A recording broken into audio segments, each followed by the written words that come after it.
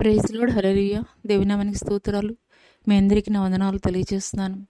ఈ దినం కొరకు దేవుడు సిద్ధపరిచినటువంటి మాటలు, ప్రియ సహోదరి సహోదరుడా, నీ జీవితంలో క్రమమైనటువంటి భక్తి చేస్తూ క్రమమైనటువంటి విశ్వాసములో వెళుతూ కూడాను ప్రతికూలమైనటువంటి పరిస్థితులను ఎదుర్కొంటున్నావా? అయితే ఆ యొక్క ప్రతికూలమైనటువంటి పరిస్థితుల్లో దేవుని ఈ రీతిగా నీవు ప్రశ్నిస్తున్నావా? దేవా, నీవు నన్ను ప్రేమిస్తున్నావా?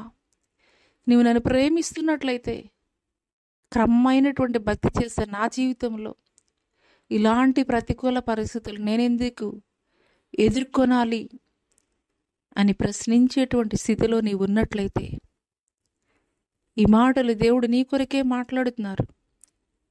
ఆయన మనల్ని ఎంతగా ప్రేమించారు అనంటే కనుక ఆయన యొక్క పరలోక పట్టణం విడిచి భూలోకం వచ్చేంత ఆయన పరిశుద్ధతని కోల్పోయి పాపాత్ములైనటువంటి మన కొరకు నరావతారిగా ఈ భూమి మీద జన్మించేంత, మన పాపములు క్షమించేంత, మన శాపాలు ఆయన మీద వేసుకునేంత, మన రోగాలు ఆయన భరించేంత, మన కొరకు అవమానం పొందుకునేంత, ఆయన ఆఖరి రక్తపు బొట్టు వరకు సిలువలో కార్చేంత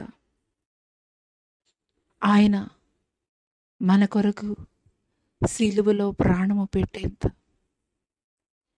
ఈ మాటలు వింటున్నటువంటి ప్రియనేస్తమా, ఆయన నీ కొరకు ఇంకా ఏమి చేయాలి? మనం ఇంకనూ పాపులమై ఉండగానే మన కొరకు ఆయన ప్రాణము పెట్టాడు.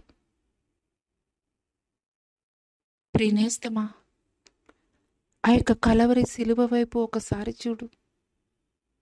నీ కొరకు ఆయన ఎంతగా నిందింపబడ్డాడో, అవమానింపబడ్డాడో.